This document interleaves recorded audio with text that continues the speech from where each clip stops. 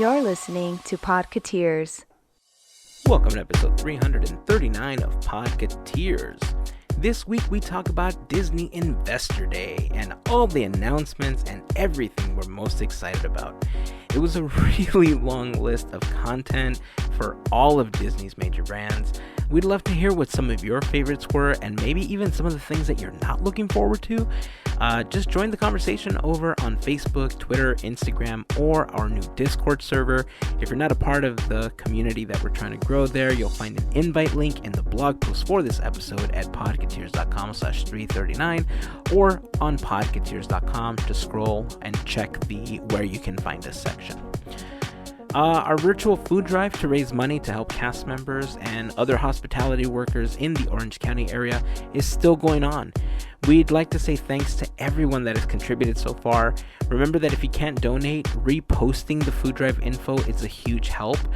We're doing the food drive through Second Harvest Food Bank because we'd love that every dollar donated becomes the equivalent of up to 3 meals. With your help so far, we've been able to provide almost 1,500 meals. This food drive is just a small way for us to try to repay some of the magic that cast members have provided us with over the years. If you would like more information or want to help, you can find a link at teamboatwillie.com. Super easy to remember. It's like Steamboat Willie, but without the S. On that page, you'll find info and a link to make a donation. And to everyone that's already donated and that's shared the food drive info, thank you so much for helping us spread the magic. And of course, before we kick off the episode, I'd like to send a special thank you and a huge shout out to the members of the FGP Squad, aka our podcast Fairy Godparents, because it's their monthly support via Patreon that help make these episodes of Podketeers possible. Being part of the FGP Squad family gets you some additional perks like access to our monthly happy hour call, which this last weekend was one of the funnest calls I think we've had with the FGP Squad. So shout out to everyone that was a part of it. I'm really looking forward to next month's. You get additional discounts on gear, you get additional content. So if you would like more info on how you can become part of the FGP Squad family, you can go to podketeers.com/FGP. And as always, a very special thank you to the FGP Squad for their continued support. So that's it. That's the intro. And this is episode 339 of Podketeers.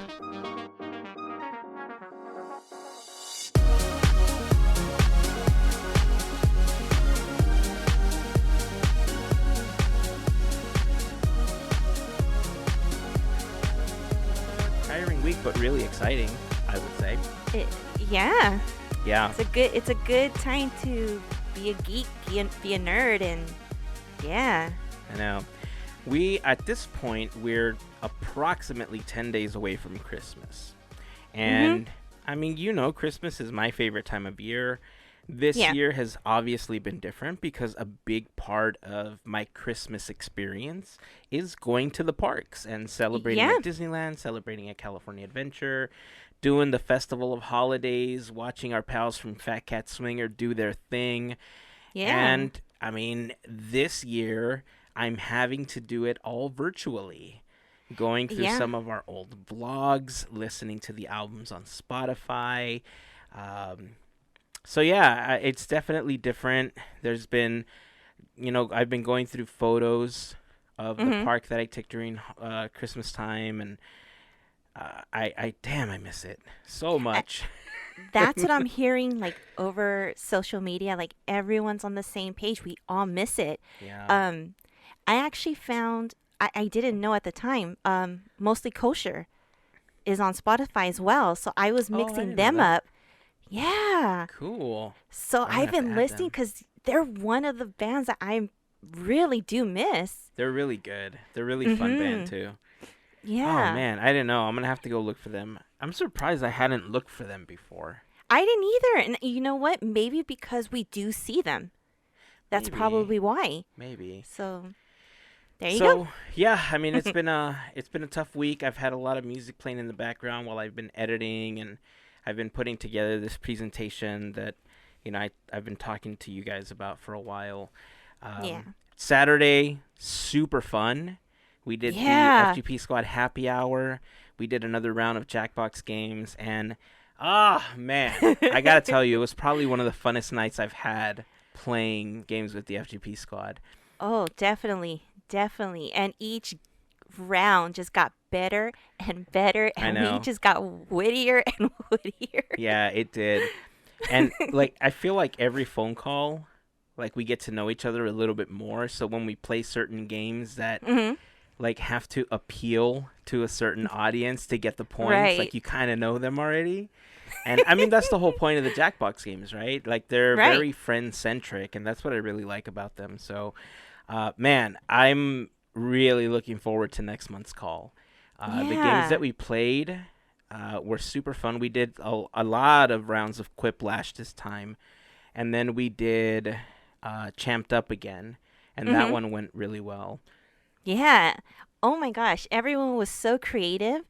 The drawings just like okay, so if you're not familiar with Champed Up, you have to draw your character, your fighter. And then if not, I mean after that, you would be up against someone, so you would have to draw that or your opponent, like who they would fight. Kind of Yeah. like in Pokemon. Yeah, kind Kind of. of. Like they do end up looking like weird Pokemon. They You're do. right. Huh. I didn't think about that. Huh. Okay. Well, I guess Julie drew one that looked like a weird looking Mr. Mime at one point, Yeah. and then somebody drew one that looked like Pikachu. an electrocuted Pikachu, which seems Yeah. weird because he is electric. But I'm just so happy. It was a great time. I'm looking forward to next month's. If any of you listening want to be a part of these phone calls, they're exclusive to our patrons on Patreon. They're exclusive to the FGP Squad. If you join the FGP Squad family, you'll have access to the monthly Zoom call with us, and we just hang out. Sometimes we talk, sometimes we play modified versions of board games, and other times we just spend 2 to 3 hours playing Jackbox games. And it's been a super fun way to connect with the FGP Squad, and I'm so digging it. I'm looking forward to doing this way more, with them. So, Yeah. um, yeah, the next one will be announced soon on Patreon. If you're interested, you can head over to podketeers.com/FGP for more information on how you can become part of the FGP Squad family. And, of course, as always, to all of the members of the FGP Squad, we just want to say thank you for your continued support. And congratulations to Heather on absolutely dominating almost Yeah. every single freaking game She of did Quiplash. awesome. I couldn't believe it. There was at least, was it her or Julie that at one point came from like Julie. last place and just She won the had whole nothing. thing? Yeah. I could not believe it. That third round just messed everyone up. So, we have a lot to talk about today because, quite frankly, it was a huge news week. Before we get into Disney stuff, I do want to say that it's been a really positive week because we finally had the first actual vaccines for COVID go out into Yes. the world, and they were Yep. administered. And I'm so ridiculously happy about that because that means we're one step closer to getting back to Disneyland. For reals. No, for reals. But Some normalcy. but Uh-oh. don't stop wearing a mask. Just because people are getting vaccinated, we are not out of the woods yet. This last Right. week, sadly, California posted some of the worst numbers as far as people that, were affected by COVID. And I want to get past this just as much as everybody else does. But let's be positive. The vaccines are out there. And let's do our best to continue helping each other. Wear your mask when you go out. Let's drop the curve again. But it's going to get us through. Yeah. We're going to make it to next year. We'll get vaccinated. And then we can go back to finally having a churro on Main Street. So, Yep. anyway, I just want to throw that out there because it was huge news. Sandra Lindsay was an ICU nurse in Queens, I think, in New York. And she was the first person to have one officially administered here in the United States. And hold on, I had a quote from her. She said that after she took it, She said, I Mhm. felt a huge sense of relief, hope for everyone around the world that healing is coming, and we took a step in the right direction to finally put an end to this COVID-19 pandemic. Yeah, That's exactly. beautiful. Exactly. And I get it. There's a lot of people that are going to be worried about, it was so quick, like some have taken so long. And I mean, we're not going to get it. I think depending on, it's broken up into like four sectors of people. And depending on where you fall, like I think I fall in like B or C, like second or third, like somewhere in between the two. But because of the inability to acquire as many vaccines as were possible, some people may not get one until possibly June of 2021, which is why it's so important to continue wearing your mask and to continue social distancing. If you wanted light at the end of the tunnel, that's it. That's your light at the end of the tunnel. Like everybody's been frustrated because we've had to be home. Yes, it's pretty much a year now that we've been having to Yeah. do it, but like now there's hope. Now there's a light at the end of the tunnel, and that's what we're most happy about. That's what we're most hopeful for. So, anyway, back to the Disney news. Finally, um, so Disney Investor Day happened. Disney Yeah. Investor Day is normally it was held on the studio lot. They've had presentations about some of the stuff that Disney's working on. Last year they talked a lot about Disney Plus and how they were gonna start pivoting into the streaming world. And this year they did it from the same studio lot, but it was different because it was more green screen than anything else. It was broadcast online for people to watch. Uh, and man, the there's just we're getting There's a bombarded with lot. so Yes. much content. Yes. Disney's pivot into streaming is I mean, look, I understand. I kind of get where this is coming from because with the parks being closed for so long, like Mhm. Disney World has really been the only domestic park that's been open. It hasn't been open to capacity.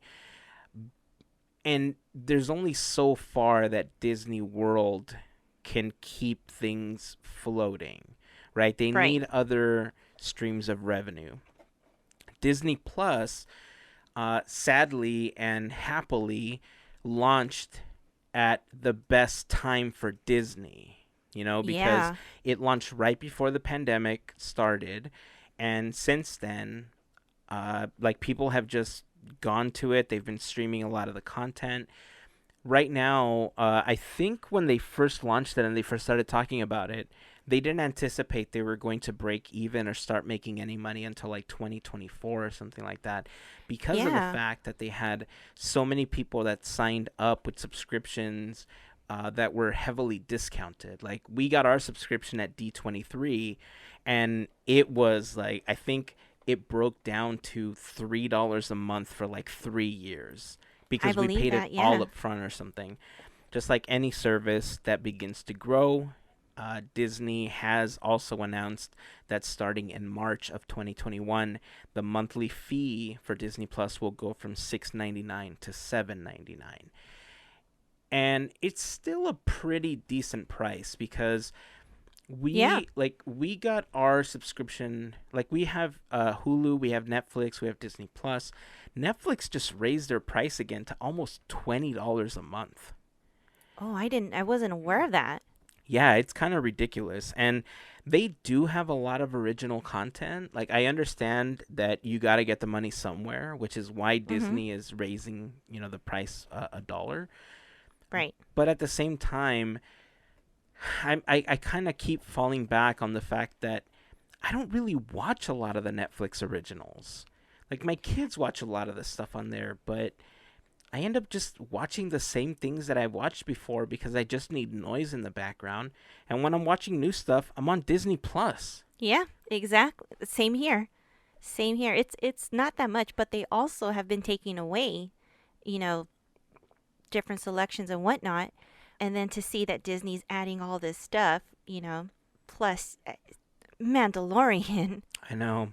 Yeah. It's Yeah, it's it's going to be really exciting over the next several years for Disney Plus. They Mhm. made the announcement that as of December 2nd, Disney's entire direct-to-consumer services portfolio has exceeded 137 million global paid subscribers. And that's huge because you can have a certain number of subscribers, but not all of them are paid. Some of them may be on a 30-day trial, on a 2-month trial, and some services I think use those numbers to pad theirs, to make it look like it's a lot more. But in Mhm. this case, I'm glad that they made the distinction that it's that many paid subscribers. So the breakdown is they have 11.5 million for ESPN Plus, they have 38.8 million on Hulu, and 86.8 million Disney Plus subscribers. Yeah. Those are insane numbers, and they're not even open in all markets yet. Right, right. The most interesting part was hearing them say that the usual, like everybody would say that Disney Plus is usually for geared for kids, but the highest amount of people who actually have this account are those without kids, Mm-hmm. Mm-hmm. which was really interesting. But I could see why. I mean, the nostalgia stuff. Yeah. Yeah, I think that does have a lot to do with it because, I mean, there's so many things on there. Like, I've been watching a lot of things from when I was younger. Like, recently, Mm-hmm. my kids and I have been watching, um, like, Rescue Rangers. We started watching, some of the old Disney afternoon stuff. But, Mm-hmm. like, for me, for instance, one of the things I'm really, really excited to get a chance to watch again is Dinosaurs.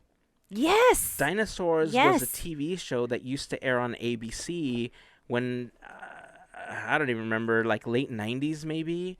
Uh, No, this was early 90s. oh, early 90s, you're right. Early 90s, And it yeah. was part of like TGIF and everything. Mm-hmm. And I can hear Earl in my head like, honey, I'm home. And the, not the mama, not the mama, Yes. not the mama. My So, brother, my little brother had the doll, the oh, plush. that's so cool. It was awesome. That's how I remember. That's awesome. So, I mean, that's coming in January, Mhm. and little by little, they've been adding these additional pieces of content from, years ago that I never thought I'd get a chance to watch again. Dinosaurs I do own on DVD, but it's not the entire series. Like, I own like season one, and then they stopped producing it or something like that. Oh, So, wow. I'm happy that they're adding stuff. I'm happy that they're adding a whole bunch of new stuff. But before we get into all the stuff that's coming, where's some of that old stuff that we want to watch? Disney? Like, bring us some of that wonderful world of Disney stuff that we've been like itching to watch again. Bring us some of Yeah. those like once aired specials with like Ernest opening Splash Mountain and all these things that The aired once on. promos. Yes. Yes, like where's all the stuff that was on Disney Channel one time and never aired again? That's the stuff we want to watch, especially for people like me that didn't have Disney Channel or didn't have the means to watch these things. Like, I would love to see Yeah. them in better quality than whatever's on YouTube right now. Well, maybe that could be in the future. I hope so I because I I mean, I would we're going to just hope on that. yeah, no, I mean honestly, I really do hope that they do that because like the wonderful world of Disney stuff. Imagine being able to relive that on a weekly basis. Mhm. Like Mhm. if I could plan this, like for this, I mean, maybe the 70th anniversary, like that would be kind of cool. Like I would release every episode of that series, culminating with the day Disneyland opened for the 70th anniversary, and just like every week on Disney Plus, play an episode that played and originally aired like that week when Walt was telling us about the park that was originally coming. You know what I And mean? then yeah, and then we could see the show at DCA. Yeah, and There then you you can go. then you can even film a new version of it, that Mhm. highlights the park now at 70 years. We just gave Disney another idea. Look, we're chock full of these. We'll just jot that one down, send Yep. a royalty check. You have my address, Disney. So it'll be fine. It'll be fine. We'll work something out. Podketeers Media will take care of it for you. So yeah, they're gonna be doing Star. That's gonna be launching in Europe, Canada, New Zealand, and Singapore. It's gonna be going to additional markets in 2021. Star is kind of a spin of Hotstar, which was a service that they had already launched in like Indonesia and I believe India? India. Yes, India was the other market that had it. And it's going to be integrated directly into Disney Plus in those markets, where it's going to be a tile up at the top, just like it says like Disney, Pixar, Star Wars. There's going to be like National Geographic and Star. And this is a big deal because this is kind of what we've talked about, what we've wanted for Hulu, right? The Star tile will be 18 plus content in these other markets. So a lot of the stuff that you see on Hulu now, Family Guy, American Dad, Always Sunny in Philadelphia, like all these properties that are not Disney Plus friendly will be in the Star service tile. When you launch it for the first time, you will have a prompt that says, you're about to access mature content. Do you want to accept this, or do you want to leave it as is? If you decline, it stays 14 plus, and it kind of defaults just to what Disney Plus is right now. If you accept it, then you get all those films, all that content that's, for mature audiences that's currently available mostly on Hulu.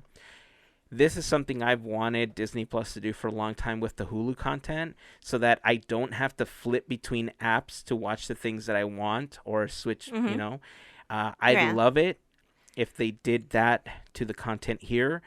If it ends up just kind of being Star, then so be it. I don't think they can fully use Hulu, because although they own the majority of Hulu, they don't fully own it. Like, it's still... they own the majority stake in it, but I think they'd have to pay royalties to... who else still owns it? I don't remember off the top of my head. Can't either. But the point is that they don't fully own it, so they can't fully use it. But this gives me hope that eventually they're going to end up doing the same thing, and I'm totally for this. I've always said that if they can combine my services, paying $10 to $15 a month for that is something I would totally do, because I'm paying separate for each one now. But if you combine it and it's all in one app, oh man, so perfect. So perfect. Definitely. Less of a hassle too. Yeah, I love it. So that's going to be coming. Star Plus is going to be launching in Latin America as a standalone service. That's going to be launching in June 2021, and it's basically just live sports. There isn't going to be any additional content. Star Plus is strictly going to be for live sports in Latin America. The overall numbers for each of the things that they announced was that we're getting 10 new Star Wars series, we're getting 10 new Marvel series, we're getting 15 Disney and Pixar series, live action and animated, and 15 Disney and Pixar feature films. That's a lot. It's crazy. It's a lot. It's crazy. A lot. So we'll start with Hulu and Star. The 4 things that are coming to that service are going to be a series called 9 Perfect Strangers, featuring Nicole Kidman and Melissa McCarthy, Dope Sick, The Dropout, and Only Murders in the Building. That one I think is the one I'm most excited about, because that's the one with Steve Martin, Martin Short, and Selena Gomez. And it's supposed to be kind of like this murder mystery, like style TV show. It's almost like Live Clue to me. At least that's what I got. About it. That's what I got from the teaser that they showed. So I'm really, really excited about that one. Disney Television. Woo! Coach Bombay is back. Yeah, I thought about you when I saw this. There's going to be an original series called The Mighty Ducks Game Changers, and Emilio Estevez is back as Coach Bombay. That dude must have a time machine, because he looks exactly the same as he did from the first Mighty Ducks movie. Yeah, he didn't age. at all. Like, he's got crazy good genes. There was a quote that was said that caught my attention. I hope you got it. Um, Gosh, I don't remember the little kid's name, but he has said, "I'm not much of an asset, but I have a podcast body." Yes. And I was like, "Yes, Yes. I understand you, kid." Yep. I'm right there with him. When we first started doing the podcast, I would very frequently say, "Yep, I got a face for radio." And that's my story, and I'm sticking to it. So it's along the same line. So yeah, I got a body for Yeah. podcasting, and after quarantine, it's really a body for podcasting. So moving on. We're getting so I first of all, before we get into all of the other content, how do you feel about the massive amount of reboots that are coming? I have questions because there's a few. There's a few that I was like, wait, what? Like, I'm confused. Yeah. And I'll Yeah. let you know when we get to them. Okay. Yeah, I There's have the one same in feeling. particular. Oh, I'm pretty sure that it's the same one that I'm thinking about right now. Does it start with a W? No. No? Oh, okay. Yeah, we'll get to it then. No. We'll get to it. Okay. All right. So continuing with the Disney television studio stuff that's coming. There's going to be a new TV show called Big Shot starring John Stamos and Yvette Nicole Brown. This one I'm really excited about. It's the Mysterious Benedict Society, starring Tony Hale and Kristen Schaal. It's based on a novel. I don't know. I've never read the novel before. Honestly, I didn't even know this story existed. But just from Same. the teaser, it looks good. I'm really excited about this one. And Josh Peck is going to be in a reboot of Turner and Hooch. Yeah. Yeah. Like, is It'll anybody be like? interesting. Is anybody really like? You know what we need? We need somebody to take Tom Hanks' place and redo Turner and Hooch. I suppose. I mean, I But guess. I'm curious. I'm curious. I guess we could say the same. And look, I like Josh Peck. I'm not gonna lie. I think Josh Peck is actually a pretty entertaining guy. But I guess the same could have been said for Emilio Estevez in the Mighty Ducks reboot, right? But Right. I'm such a fan of the Mighty Ducks that I wouldn't have cared anyway. So maybe that's what it falls in. Like, when you're just a fan, you're like, who cares? Just shut up and let me watch it. Maybe. Maybe. Maybe.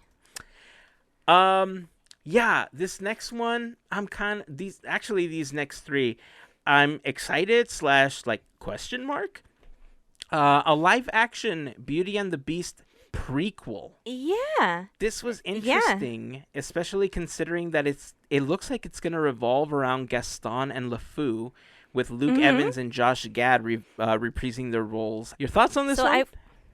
I wonder if this is gonna be like Lion King 1.5. Oh, if yeah, that makes that's sense. interesting. So you're like you're in there, but you're seeing like maybe behind the scenes or something, or kind of like a spin-off. Does that? It's Yeah. weird. It's gonna be interesting to see what they do, because that one, I was like, whoa, I wasn't expecting that. Yeah. It's interesting that it's a prequel and it revolves around them because, one, it's kind of smart because they don't have to pay Emma the amount of money that they would have paid her to reprise her role as Belle, and or do all of that crazy expensive Makeup. CGI and makeup for the Beast. Oh, So yeah. the fact that it's just kind of them, it's a prequel prior to all of the events in Beauty and the Beast, makes sense.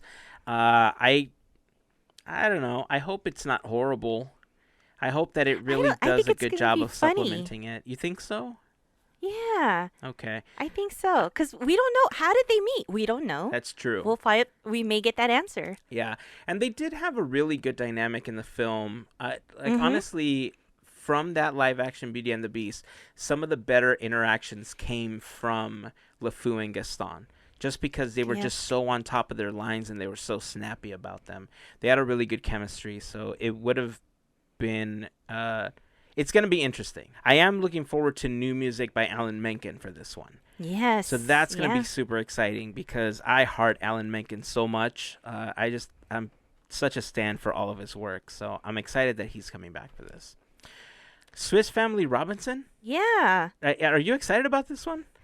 I kind of am, because the person behind it, worked on Battlestar Galactica, and I'm familiar with that. So a part of me is like, I want to see.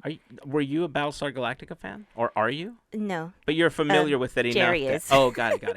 He Okay. is. So I'm learning from him. Well, I mean, that makes sense though because you're at least familiar with it.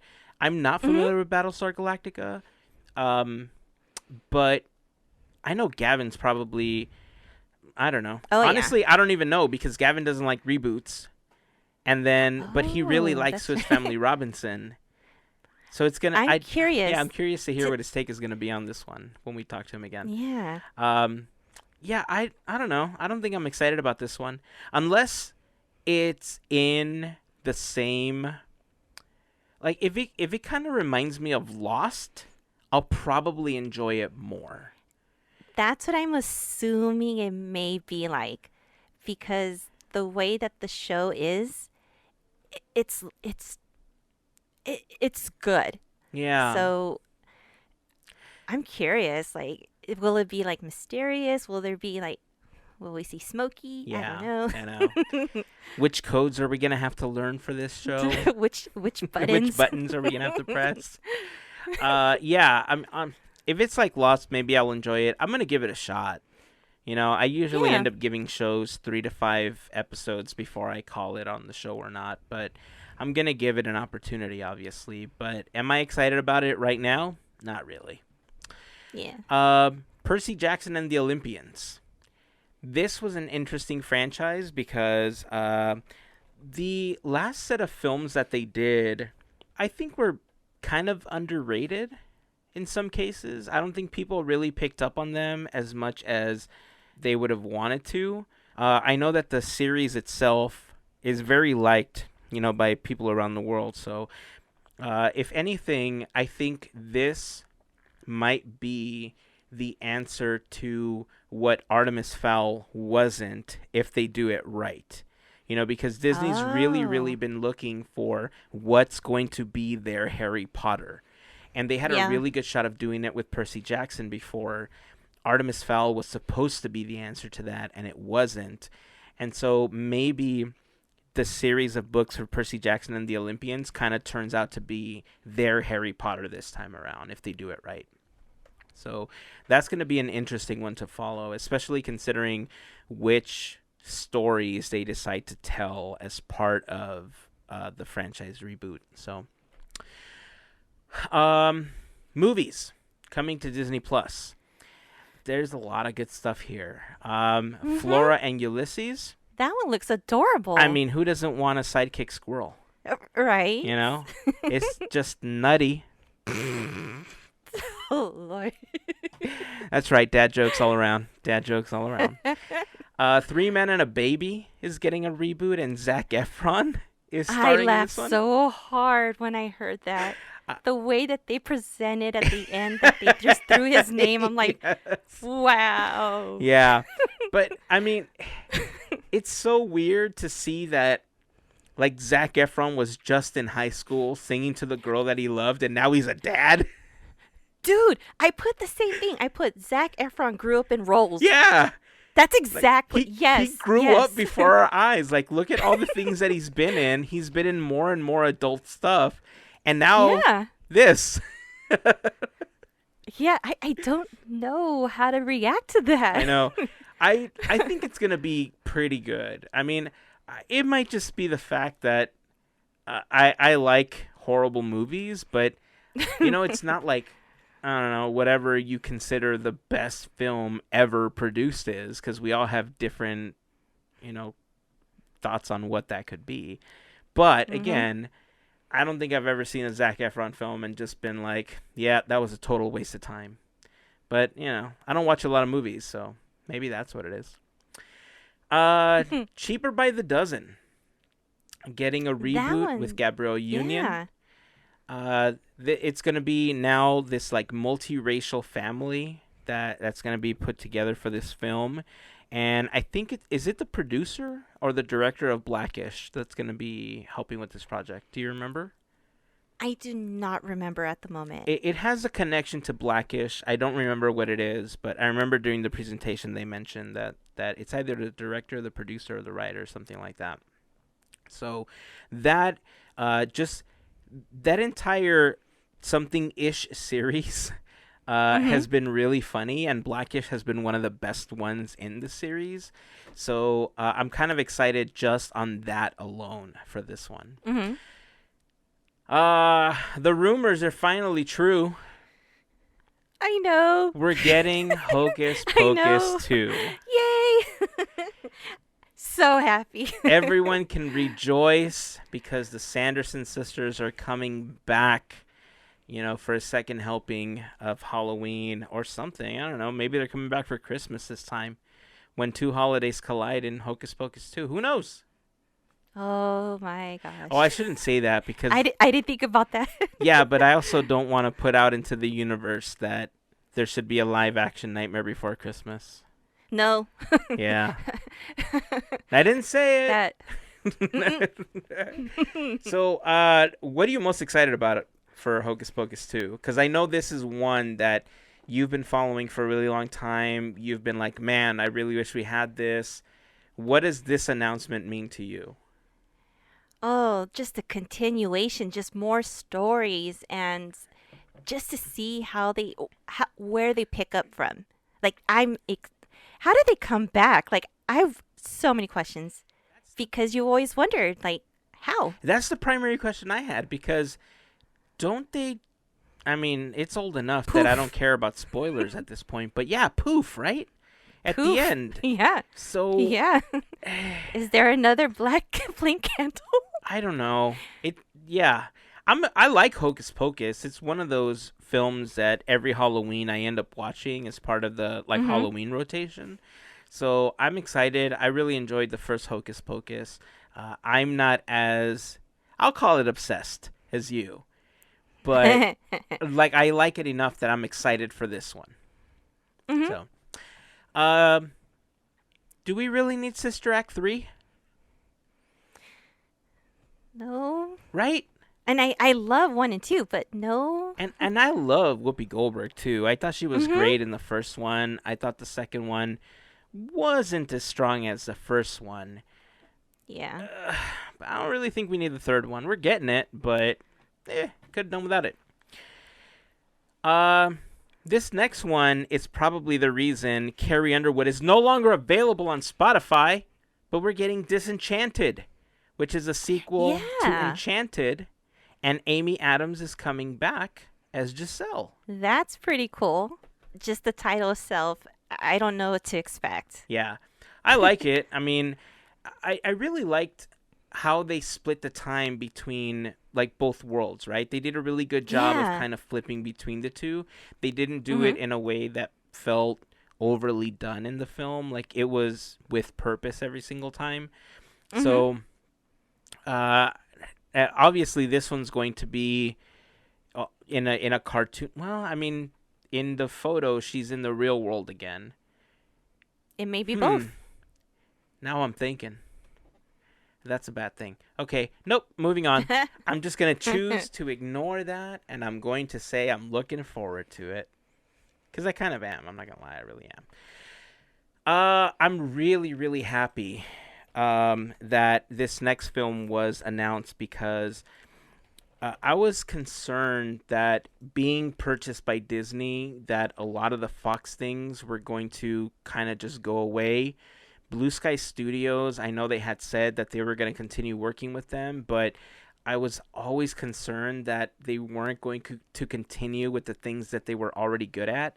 And Ice Mhm. Age is one of those franchises that, man, it's just so funny. Like, I love Yeah. Ice Age. I love everything that they've put out, including all the short films. I think right now there's like 6 or 7 of them. But Scrat is just such like a fun character. Like he's so plain and yet there's so much dimension to him. Mhm. So I'm happy that they announced Ice Age Adventures of Buck Wild, because like I said, I was really, really concerned that they weren't going to do anything with Ice Age going forward anymore. So that was really exciting to see. My kids were super excited to hear that we're getting an animated Diary of the Wimpy Kid series on Disney Plus. Yeah. Yeah, they love those books. They revisit them a lot. I'm looking forward to this one. The animated version of Night at the Museum. Yeah, me too. Yeah, I like those films. I like the first one more than the others, but I think there's going to be a lot more stories that they can tell in an animated series that they can't necessarily do in a feature Mhm. film because of all the additional CG and stuff that you have to do. So this one, I think, if it's written correctly, will be really, really entertaining to watch. Yeah. And if they're smart, they'll incorporate some history that kids can learn something from as well. So, I'm sure. um, uh, what did you think when they did the Rescue Rangers announcement? I'm excited. I am. I'm excited. I don't know what to expect. Are they going to be I just have questions. It's all it is. It's just questions. But I'm excited. I am. I want to see this happen, but I have my reservations. Yeah. I mean, the only thing I could equate it to is basically the adventure version of Alvin and the Chipmunks. But Yes. but Yes. with critters that aren't as large as Alvin and the Chipmunks, because Alvin and the Chipmunks act like they're teenagers, but they're the size Mhm. of toddlers. Yeah. And You're right. in this film, I would suspect that they're like, here's what I think. I mean, I think it's just going to be a story of like some children that are, getting bullied, something gets stolen, and the rescue rangers are on the case trying to help them, right? And so it would make Oh. sense if they have these little animated chipmunks that are dressed up in their little outfits and everything, and they don't even have the outfits, right? They're going to be Chip and Dale, and then one of the Mhm. children's gonna be like, look at these clothes from my doll. You look so cute. And then Dale's gonna be like, I really love this like Hawaiian shirt, right? So I think it'll all come together like in that fashion somehow, because Mhm. then it'll make sense that you have these like animated creatures. So I really feel it's gonna be along the lines of like an Alvin and the Chipmunks, but with that mystery element to it. Mystery and Yeah. adventure. And I love Rescue Rangers growing up Mhm. too. Talk about Disney Afternoon and 90s. So this one, totally looking forward to it. Oh, I'm sure that Gavin would have thoughts about this one, considering it's his favorite film, Pinocchio. Pinocchio. Okay. Pinocchio looks really real, which kind of terrifies me. Mm-hmm. Mm-hmm. So, I will say on the record, Pinocchio, the attraction scares me to death still. Mm-hmm. So, imagine Stromboli in live action. No, thank you. Yeah. So No. this one's interesting because the film is being directed by Robert Zemeckis, and Hmm. Robert Zemeckis has a really good track record of putting out amazing films. Like, Oh, of we're course. talking like Who Framed Roger Rabbit, A Christmas Carol, Castaway, The Polar Express. Hmm. Like what else? Back to the Future. Um, I mean, he's got so many under his belt. He knows what he's doing. He knows how to tell a story. And I'm sure that the cinematography in this one is going to be Oh, just yeah. remarkable.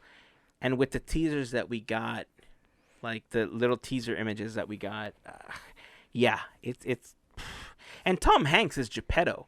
Like, is there a role that this Yeah. dude cannot crush? Like, I haven't even seen him as He's Geppetto, awesome. and I already know he's gonna crush it. Oh, yeah. You know what? I have. Well, have you seen The Terminal? Yes. So I could kind of see him playing like that. Oh yeah. Yeah. Yeah, I can see that. I can see that. Yeah. It's gonna be a good film. Yeah. For me, it just terrifies me. Huh. Hey, Tom Hanks, if you want to come on Podketeers and talk about your career, like, we could do a Zoom call, dude. So just hit me up. Yeah. We could talk about Pinocchio. You don't have to spoil anything. I'm not gonna be like one of the talk show hosts that tries to get it out of you. We just chat. So Yeah. I'll put that out there. uh, Peter Pan and Wendy. Sounds cute. Was this supposed to be a sequel, like picking up just like shortly after the first film? I don't remember what they said about this one. You know what? No. I think I was just too excited that I just binged the whole thing. you know when you get excited and then you just blink Yeah. out because you're so excited? Yeah. I think that's what happened. I don't have any notes. That's the only one I don't have notes on. Yeah, I didn't write down notes for this one either. I just wrote Peter Pan and Wendy. And I was Yeah, like, me too. cool. That's my note. Yeah, Cool. exactly. So, there you go. That's the info. Cool. The Little Mermaid was one we already knew was in Oh, production. We've had a yeah. lot of information come out for this one. Lin-Manuel Miranda and Alan Menken are writing music for the new adaptation of The Little Mermaid. This one I'm excited about. Me too. Me too. The cast and the music. Yes. Yeah, The Little Mermaid, I think, was one of those pivotal films in like my Disney brain because it was one of the first films I remember watching. During the Disney Renaissance, it's one of the first films I learned the entire soundtrack to. Mm-hmm. And like to this day, it's one of the films I can still watch it over and over. It's just really good. Mm-hmm. It's so memorable in so many ways. So this one, I hope they do it justice because, and that's really the problem with remakes, right? That you end up comparing Yeah. them to the original version, and so when they don't really match up, you're either really disappointed and like, oh, that movie was horrible. They blah blah blah, but I think people end up feeling like that because they expect it to be a shot-by-shot remake and they want it to be exactly what they remembered as a kid. Mm-hmm. And it's not going to be that. You know, we've seen already with some of the Disney live-action stuff that they do their best to give you some of the iconic moments without replicating the film, to the frame because they want to be able to tell just a similar story. But Mm-hmm. in this case, one of the things I'm looking forward to the most is the music that Alan Menken and Lin-Manuel Miranda are going to be bringing to this film. Yeah. So that one definitely already on my needs to be watched playlist. Speaking of when you were talking about Lion King and 1.5 earlier, we're getting and a half. Why? I don't know. Why? It's, I saw this and I thought, are they re-releasing last year's? What is happening? no, this is and a half. This is a It prequel is. to the live animated action. You know what I'm talking about? Version of The Lion King. I know. I know. I know. It's just that I'm like, what? Why? Why? I didn't. That's the one I did not understand. Yeah. But okay. I'm not, did you like Lion King 1.5? Actually, yeah, I did. Did you really? I did. Yeah. Maybe I should watch it again. I remember watching it and just thinking, like, this is garbage. And I just kind of went away from it. I think what it is because they're able to poke fun at themselves. No, you that's kinda one get, of the like- things I liked about it. Like, one of the things I really like the most about the Lego movies is Mhm. how much they troll themselves and each other. Like, they're, Mhm. like, nothing is out of bounds. And I really enjoy when Lego does things for Disney, Star Wars, Marvel, because they take it to a level where the Disney properties themselves, if they weren't Lego, wouldn't take it, right? Mhm. So I really enjoy that part of it. And for Lion King 1.5, I like that part of it, but there was just something about the film that I was like, why am I watching this? Like, this, we don't need this. And I don't know. I'll give it a chance. I'm going to watch it. I'm not going to lie. I'm going to watch it anyway, but Right. am I excited about it? Nah, not really. Not We'll really. give it a I mean, shot. it's happening, but this one, however, I am excited about. Cruella. Yes. Okay, so Yes. the thing I'm most excited about is the time period that they're setting this one in. It's Uh-huh. like in punk rock London. Yes. I hope that they actually have the music style and everything to match that era because it's such a huge part. The clothing styles and I don't know. I hope they do The this whole justice. movement. Yeah. Yeah. I hope they do it justice because the way that they pitched it and the way that it looks to me, if they don't deliver on that, I'm gonna be pissed. I I honestly see this film being like gritty, being dirty, being like, I mean, it's gonna be punk. Yeah. And wow, I think I'm gonna say this right now. I have a feeling that once I see this movie, she may be up there in rank because Maleficent, too nice. So Oh Cruella, come no. on, make me happy. I won't say anything. I don't want to. I don't want to put salt in the wound. So I want a good villain film. That's what it is. yeah, I mean the villain films are hard because Disney's going to want to give the villains a backstory. Like they Mhm. want you to empathize with the villain, right? And Ooh. in some cases, when you can empathize with the villain because something is so just like I'll give you the perfect example. Mhm. Killmonger. Killmonger had Ah. such a great backstory and it was so well told that you really did empathize with the character and you understood the reasoning behind what Killmonger was doing. His entire backstory led to that moment. But in some of the other villain things that we've seen, they're just kind of watered down versions of the villain and they never tell that great of a story. It just kind of makes them look like punks. And Yep. at that point, you're like, why did you even make this? Now you just kind of you they took away some of the mystique of what that Mhm. character was, you know? And so with this one, if they do it right, like I feel like Emma Stone is a good person to portray Cruella in this one. Yes. Like she Oh has yeah. that like attitude where I think she can really pull it off and that you know that like one scream where Cruella's like puppies in like 101 Mhm. Dalmatians, like I could totally see Emma Stone making that face and like pulling that line off in that same fashion.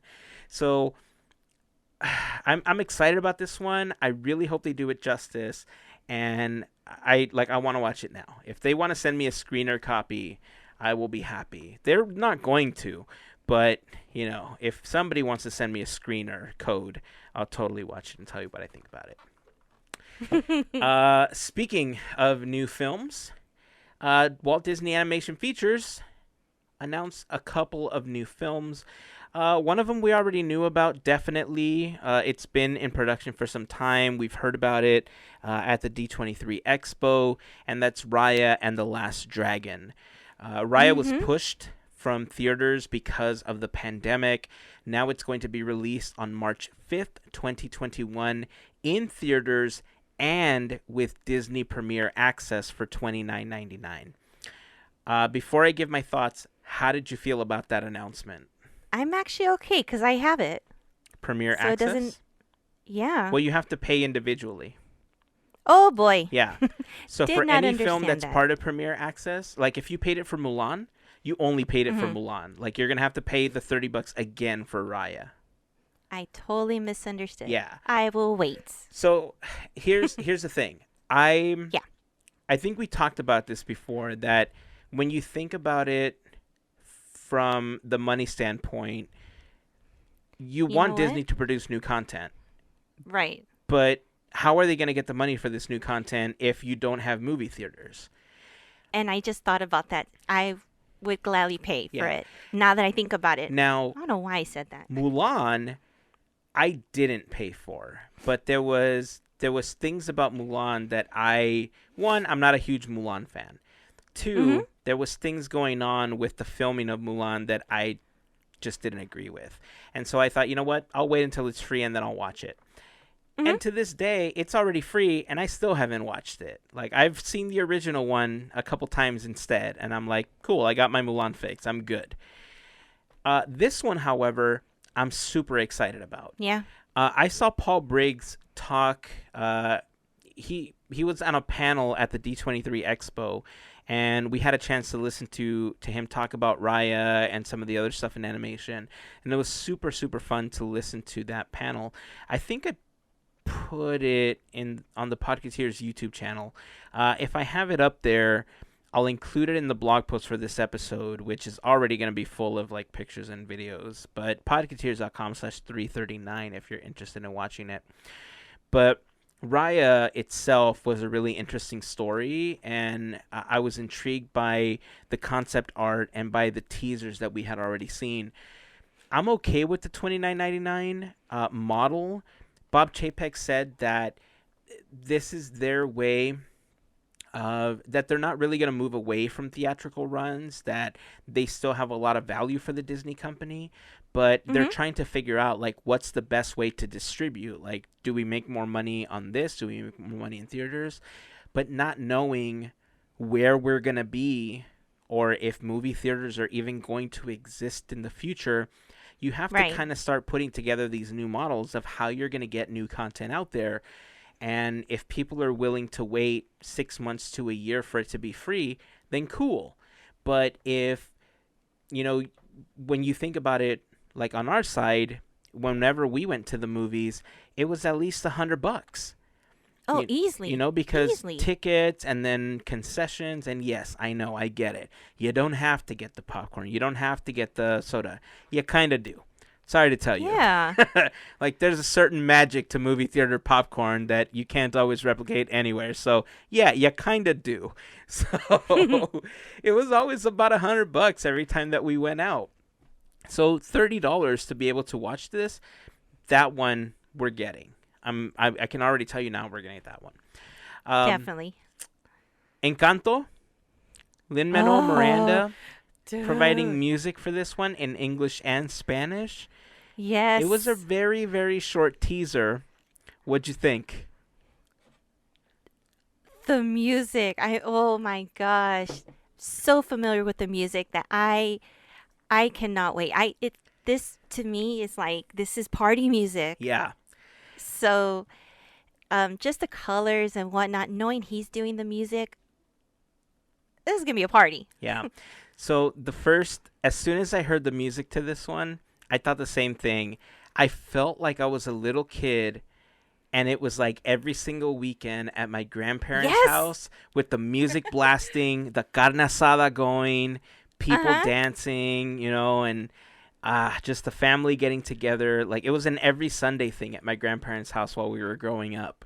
So as soon as I And heard then it, I just felt like this love just come all over my body, and I just felt mhm. like I was a kid again, and I thought, I need to watch this. I'm so in love with this film, and I haven't even seen more than like this 8-second teaser. Right. And then it's the 60th film with Latin flavor. I'm like, this is awesome. Mm-hmm. Mm-hmm. Yay. Yeah. I'm really excited. I know I've said that a lot, but I really am excited about a lot of these things that are coming. And we haven't even gone into Pixar, Star Wars, or Marvel yet. So let's I keep going through know. this. Let's keep going through this because there's still a lot of Okay. content, believe it or not. We'll kind of quickly go through the Disney animated series. We're getting Baymax, Zootopia, Tiana, Moana, and Mhm. Iwaju. How do you feel about animated series for these characters? I'm excited. I am excited. Flash is going to be getting his own thing for Zootopia. Tiana is getting her own thing. Yes, yes, yes, yes, yes. I'm just excited for actually all of them. So Yeah, there you go. yeah. I love all of these. Pixar, Cars is getting a TV series. Doug Mhm. is getting Doug Days, which is going to be one of the first ones coming out very soon. They're going to have something called Win or Lose, which is an original, which is based on like a baseball team, I believe. Mhm. They're going to have a series of small stories called Pixar Popcorn, based on a lot of the characters that we already know: Up, Buzz Lightyear, The Incredibles, Dory, I think Cars. Cars. There's going to be one based on Soul. Ducky Mhm. and Bunny are getting one. So I think those are going to be pretty fun. They're going to be, I feel like they're going to be very similar to the Forky shorts, but Yeah. we'll see what those turn out to be. Feature films, we're getting Turning Red, which is Mhm. by Bao director Domi Shi. Yeah. That I think is going to be really, really good. Bao was just so full of love that I Mhm. can't imagine Turning Red not being that. Turning Red is the Right. story of a little girl that whenever she gets super angry, she turns into a big red panda. So, I mean, it's a big red panda. What is there not to love? One of the feature films that made, or one of the announcements that made waves across Diz Twitter was Lightyear, an origin story for Buzz Yes. Lightyear, starring Chris Evans in the role of Buzz Lightyear. Yeah, that's really cool. Yeah. So Captain America is bringing America's talents to the Pixar realm now. At first, when I saw the announcement without having seen, because I saw somebody post about it before I had seen the investor call, but Mhm. it's kind of cool that they're doing this origin story. Like, the way that Lightyear is set up is it's a movie within a movie where Buzz is learning about the original Buzz Lightyear and where he came from.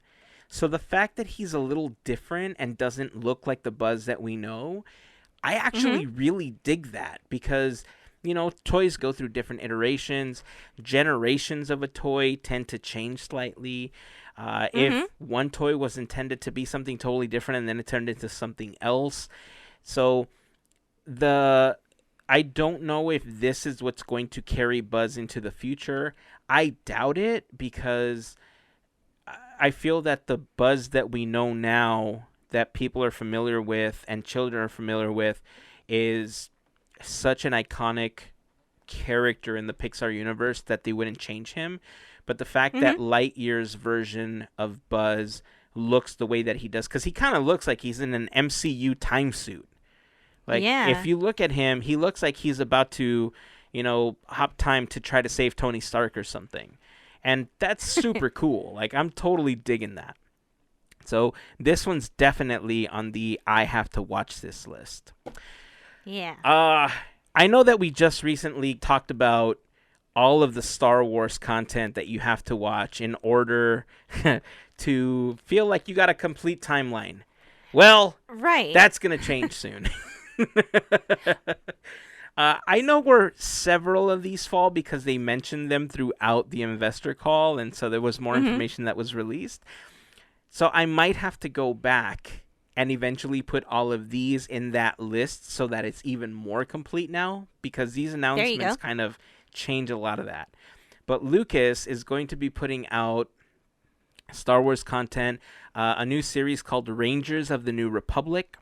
They're putting out Ahsoka, Andor, which follows Cassian Andor from Rogue One, Mhm. Lando, Yeah. and I still want to know if Donald Glover's coming back. It would be fun to see him in that role again. The Acolyte, which is supposed to be about 100 years before A New Hope. The Obi-Wan Kenobi series that apparently has been rumored for 17 and a half years is fine. It hasn't been that long, but it's finally confirmed and we're getting it. Anakin Skywalker himself, Darth Vader, Hayden Christensen is coming back to reprise his role. Was that really something people wanted to see? Probably not, but it's I'll take happening. it. I mean, he's gonna fight Obi-Wan Kenobi, and if Yeah. if anything, you'll get a kick out of that rematch and see how that goes. If it's a Uh-huh. rematch, I don't know how they're gonna incorporate them, but apparently We'll this is see. taking place 10 years after Return of the Sith. So yeah, it is a rematch technically. There's going to be a couple of animated films. Vision, which is going to be several short films. A droid story, which revolves Mhm. around R2D2 and C3PO. That one just looks super fun. It's like so buddy Yeah. cop movie. I can't even Yeah. right now with that one. I'm like so on board with that one. The Bad Batch, which is a Clone Wars spin-off. Rogue Squadron, which is being directed by Patty Jenkins. That one looks just so freaking good. It Uh, does. and then a new untitled Star Wars film by Taika Waititi. So, there's so much Star Wars content that Yeah. I already knew was going to take me 18 years to get through the current amount. Now I have to figure out a way to finish most of that before this new stuff comes out, or else I'm really never going to get through it. Ever. Like, yeah. There's just so much. On top of that, some other announcements. that Lucas was helping to produce. Willow, the series, is coming back. Yeah. Uh, my my notes here say expletive Willow. Really? Gosh, I remember this movie as when I was a kid, so I haven't seen it in a while, but I'm kind of excited to see what they're going to produce. I mean, Really? You know what yeah. I think it is? I think when I was a kid, we didn't have cable for a really long time, and so all I had available to me were like here in LA was Channel 5, right? KTLA. Mhm. And so all we had was like Willow, Short Circuit, Princess Bride, and Batteries Not Included. And Oh, all the man. damn time that's all that played. And I love Batteries Not Included. It like of all of those, it's probably my favorite one. But like Willow was probably my least favorite of all of them. And when I saw this announcement, I was like, Willow? I don't know. If anybody listening is excited for Willow, please join the conversation and leave a comment in the blog post for the episode, podketeers.com/339. Join us on Discord or just leave a comment on Instagram about this film, because this, of everything announced, this was probably the one I was like, are you kidding me? I just didn't know how to take it. Children of Blood and Bone seems to be one of the grittiest things that they're going to be putting out. I'm excited about this one. I didn't know much about it. I've been trying to read a little bit more, but this looks really good. And of course, the other thing that Lucas is producing, I had to ask how you felt about this. Indiana Jones 5. Okay, for the record, I'm very hesitant. Very, because there's nothing right now, and I don't know. I don't know. How do you top aliens? I don't know. But it felt good to hear that. Celestials?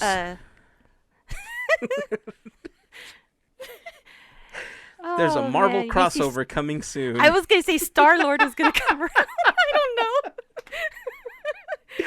Oh, we'll see. Yeah, I mean, did we really need this? Gavin and I have said we're good with 1 through 3. We're good. Yeah, I know.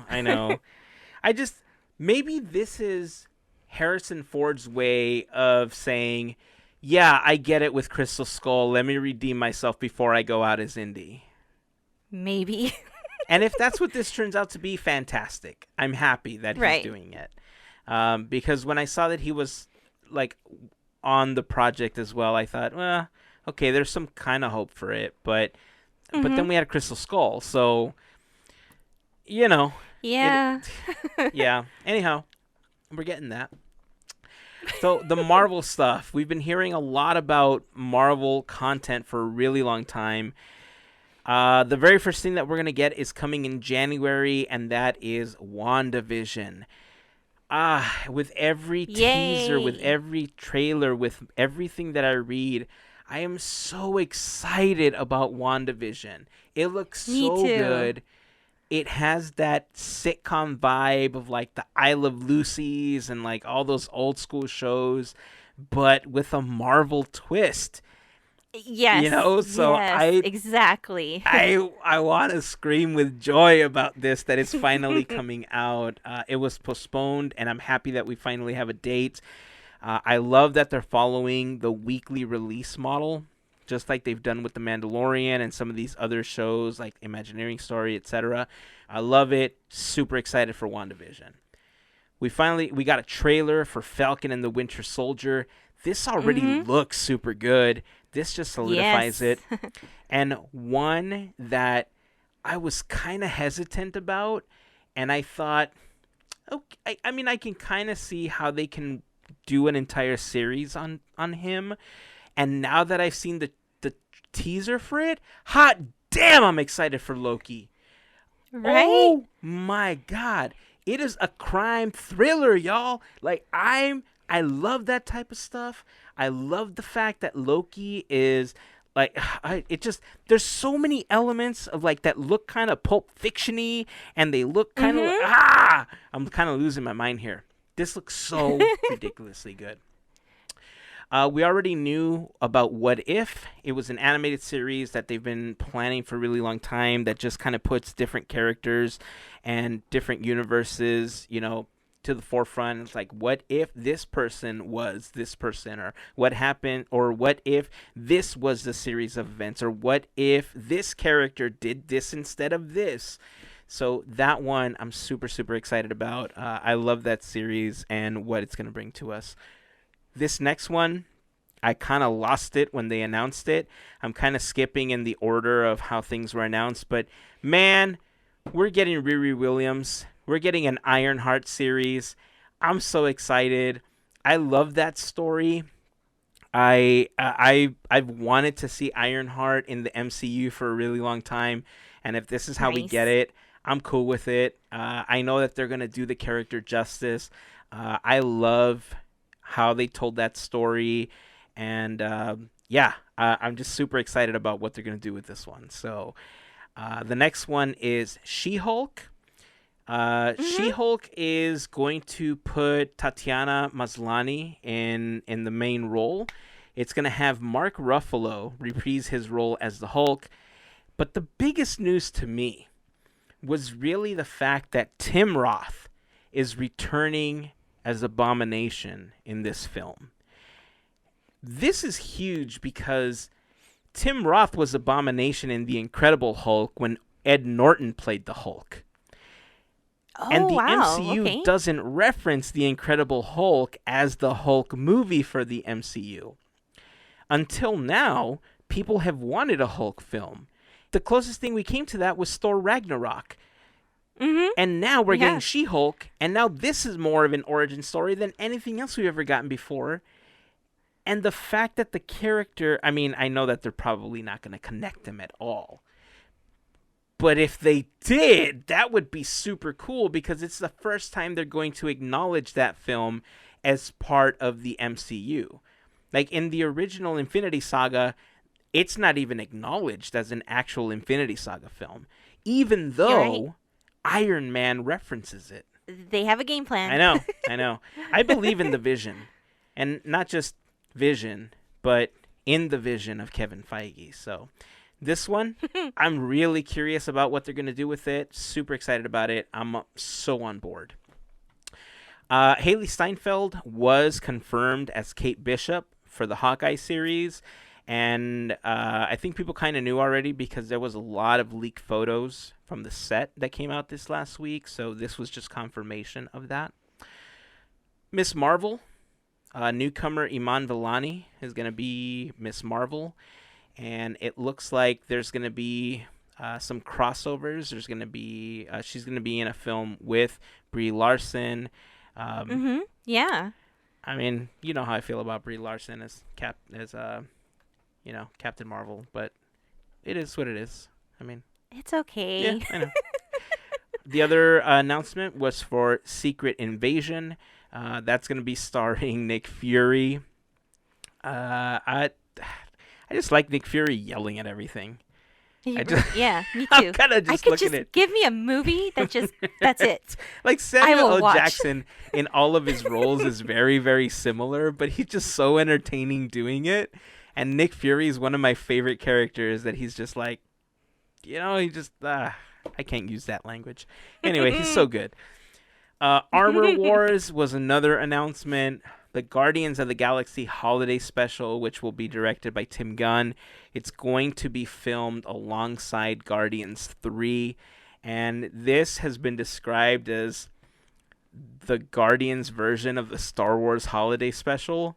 And if that's true, Woohoo. I hope that's not the case because that first one was hot garbage. But I will say, if anyone has the humor to pull off something on purpose like that, it's James Gunn. Yeah. So if it is bad on purpose, I give it up to James Gunn. But if I don't think it's going to be bad. I think they just have a story to tell, and they have to connect it to the rest of the MCU somehow. So I don't think it's going to be bad, he said with a tear in his eye, hoping that they don't mess it up. It'll be fun. We're getting an animated series called I Am Groot featuring Baby Groot. Black Panther 2 has been postponed until July 8th of 2022, and it was nice to hear that Kevin Feige announced that they are not going to be replacing or digitally adding Chadwick Boseman to Black Panther 2, that they're going to continue to explore Wakanda and everything, but they're not going to digitally add him to the film, which Right. is great. Yeah. Thor: Love and Thunder. The big announcement was that Christian Bale has joined the cast, and he will be Gore the God Butcher. Batman coming to Marvel. Yeah. You know, part of Yeah. the Thor universe now, part of the MCU. Thought that was kind of fun. Ant-Man and the Wasp, new film called Quantumania. This one I'm really excited about because I think the Ant-Man and the Wasp films don't get as much love as some of the other MCU films do, but they're so I good. agree. Yeah. I They're yeah, entertaining. they're so entertaining. Like the story's really good. Plus, Ant-Man as a character, I think, is pretty fun. So this one I'm Yeah. looking forward to. And one of the biggest announcements is the confirmation, obviously, of the Fantastic Four film. John Watts directing. John Watts brought us Spider-Man Homecoming and Far From Home. So just with those two films alone, I already know that Fantastic Four is going to be absolutely amazing. Yeah, definitely. Ah, and that's it.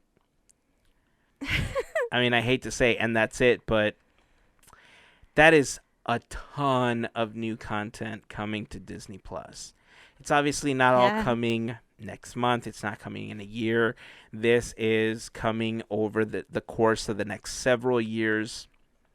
But yeah, I mean, if Disney continues to, so I have in general, I I don't necessarily like the fact that they're using so many existing properties to put together a lot of new content if they don't supplement existing stories. Like I feel that it makes a lot of sense with, for instance, Ahsoka or like Uh huh. WandaVision. You know, like those shows I feel are going to add a lot to the MCU and to the Star Wars, stories in general.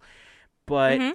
like how does Cars or how does, these other, you know what I mean? Like they're just supplemental cartoons. They're not, I don't know how to describe it. I just feel like we're going to get more from the major content from like Star Wars and Marvel that'll continue to tell a storyline. Like one of the shows that they're doing is going to cross over Captain Marvel, Miss Marvel, and Monica Rambeau. So that is going to now tie in the film MCU line with the Right. TV MCU line. And that Mhm. hasn't been done before. Like the way that it was split up, there was these vague references. Like you didn't really hear references to Agents of Shield or any of these other shows because they weren't fully connected. But I think Mhm. this is the first step to actually connecting everything completely where it's acknowledged and now it's part of the entire timeline. So Yeah. um yeah, I'm excited about a lot of the stuff that's coming. Some of the reboots, I just think like, it's cool. I get it. Some people might like it, but overall, there isn't anything on here that I won't that I wouldn't even consider watching. I think that's the point, There's right? something. There's something for everyone. Yeah, absolutely, totally. But I just want to see it now. Like I just want to start the trickle. January can't come soon enough so that they start streaming some of that newer stuff and some of those old shows that are coming to Disney Plus in January. And I'm Yeah. looking forward to the day that they integrate the 18 plus content to our Disney Plus here so that we can enjoy one app. So, long list of announcements. Any closing words, Mel, before we end today's episode? We're not gonna sleep in I January. know. That's it. Along with the stupid playing card apps and all this new content, I'm hosed. Never sleep again. No. All right. Well, if you have any favorites that really stand out in this list, join the conversation over on Facebook, Instagram, or Twitter. Just search for Podketeers. You can also join the conversation over on the Discord server. We'd love to have you join us there as we build our community on Discord. Let us know what your favorite is, and let us know what your least favorite is. I definitely have a least favorite on here. And I made a couple of them really well known, but we'd like to hear what yours are. So that's going to wrap it up for this episode. Until next time, keep dreaming, keep moving forward, and always remember to pass on the magic. Have a fantastic week, everyone. Bye.